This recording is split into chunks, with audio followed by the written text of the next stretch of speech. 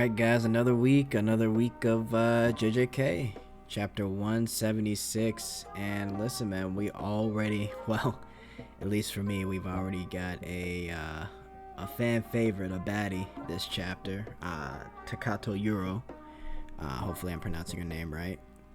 But we get a little bit of her power. So overall, this chapter was great. We're really getting into a free-for-all here, basically. If I had to put it in one phrase, I thought at first it would be Takato versus Yuta, and then the one guy Igori would wait, but looks like he just wanted to join the fun. And we actually get an introduction to Takato's power here. So we knew that she had some type of sky manipulation, right? But let's kind of go through what the chapter leads us into. So we see her basically get a surprise attack on Yuta. He's okay, right? It looks like something might have grazed him. Takato goes in. She goes for a right punch, and it grazes Yuta again. So he's able to basically dodge it just in the nick of time, kinda. And then if you see her left hand, she pulls space, essentially. Technically sky, but it's more like she's just pulling space. This is like, imagine Whitebeard like pulling when he's doing his trimmer fruit. He's pulling it with his hands. Literally imagine that, because it's kinda sorta similar to Whitebeard's power, not really though, but the finesse of it is the same, right? So she pulls space, and you see Yuta's punch get diverted, right? It gets completely diverted. So it's like she's pulling his arm along to where it just completely misses. And then Yuta notices as he gets elbowed in the face that his arm is wobbly, deformed, right? And then we see Takato kind of push him back. And then he grabs onto the bar, and then he jumps back, and he lands perfectly. Yuta notices his arm's just fine, and he's thinking, okay, her technique allows her to manipulate space some way, somehow. It looks like she can't necessarily harm people with it, as far as we know. We don't know, right? Then she says, my technique is turning the sky into a surface. Now, this kind of makes sense. When you put it like that, it's like, okay, interesting. So, in layman's term, even though, technically she's grabbing like random places in the air, right? But, she's grabbing the sky, and she makes it a surface to where she can grab it and she can manipulate it, right? And then she demonstrates by taking the house standing behind her. She grabs it, and it looks like a piece of cloth, right? It kind of comes down in front of her, and you see it's a surface because it blocks her, right? And that kind of explains her basically how she looks. She's technically naked, but she keeps the surface of the sky and space along her private areas, right? And then it's like a little bikini kind of for her. Which, by the way, she's got a pretty crazy cool design. Like, I like her hair a lot. Like, it kind of looks like a rock punk kind of thing. But yeah, she can basically grab things. It's like basically she's pulling the rug off of someone's feet and they fall, right? If Yuta punches her or tries to punch her, she can grab the surface, and then his punch goes wherever she pulls it. Interesting move. I'm really trying to think of the level of manipulation she could do here, because if she could grab like a really big space, she could literally toss Yuta in like half the city and just like cause like just straight destruction. But we'll see. So he's just basically, and again, so basically she tells him her ability, and you gotta remember that in JJK, when you tell someone's ability, it only heightens the ability, right? Your curse technique, curse energy goes up. So she's only gotten stronger. Now we see dialogue in her head that she wants Yuta to attack. She was expecting that, but Yuta kind of distracts that whole thing with asking her a question. He says, you wouldn't complain if you got killed? I understand why the powerless would risk their lives to join a fight, but someone strong like you should be able to get points whenever you want. So why would you actively involve yourself in a fight like this one? And you know what? I thought about it because when Yuta was fighting Korushi, right?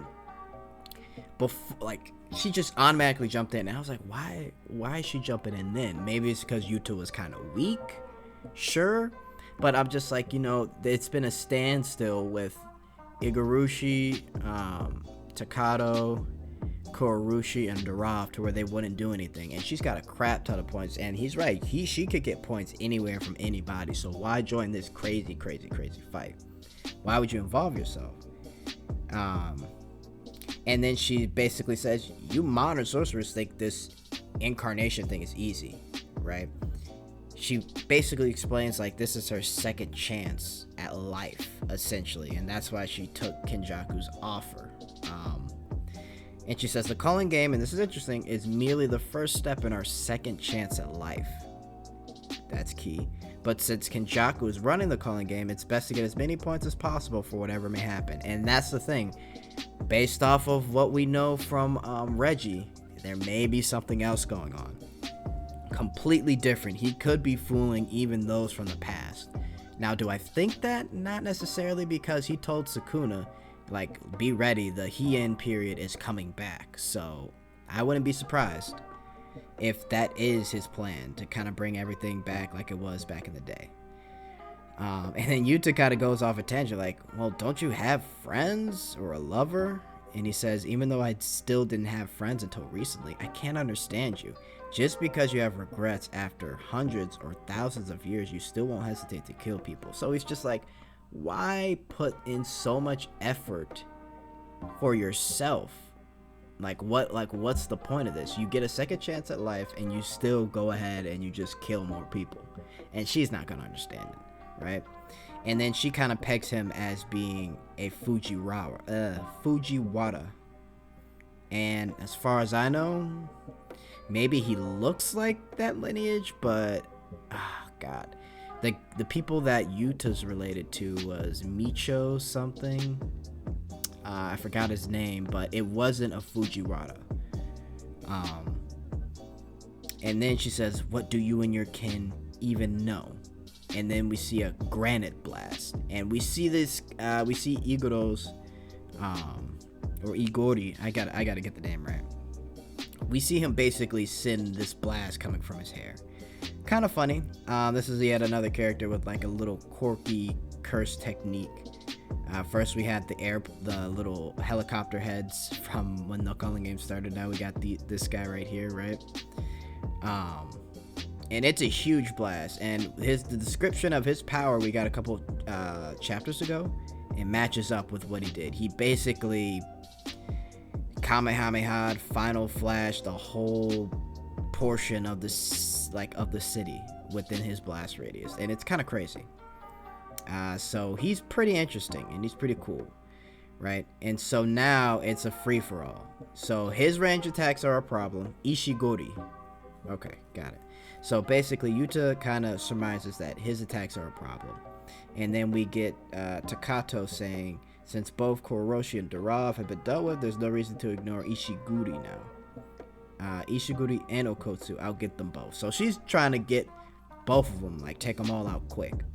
We see Yuta sprint into action. Is he going to face me head on? And then Ishiguri sends out like these little heat seeker blasts, and Yuta kicks up the speed, he dodges, he's doing a bunch of twist turns. Again, the whole use of the terrain is always great in JJK. Yuta spins on the little light pole, jumps, dashes, dips down into the hole he created from the last battle, and we know that because Igori mentions it in the next couple panels. He's like, I see, there's the hole Okotsu opened up from earlier. And then they clash. Yuta, please fight a little closer. And then he says, will that fill up my stomach, Okotsu? And I'm liking Yuta's demeanor. It's like he's serious, but he's not phased. And I think he's done a lot of growing up. He's not cocky, but he's very measured in everything that he does, and I really like that about Okotsu. And I really like these characters are very interesting. Takado's power is so cool, like manipulating the sky essentially, and just turn, like, again, it's a little bit like what Gojo can do, and it's a little bit like what Whitebeard can do, right? Whitebeard, he causes earthquakes by, grabbing essentially the air and just moving it, and that causes earthquakes. But she's literally grabbing the air, or the sky you could say, and she turns it into an actual surface and manipulates it as if it's actually a thing you could like push around. So yeah, she's a cool character, and I think this is gonna be interesting. It's gonna be an interesting fight. It's gonna be a 3-way fight for sure. Let's see how this goes, man. This calling game has been just back to back. It's really hasn't stopped. The fights have been incredible. Let me know what you guys think in the comments, man. Another great chapter.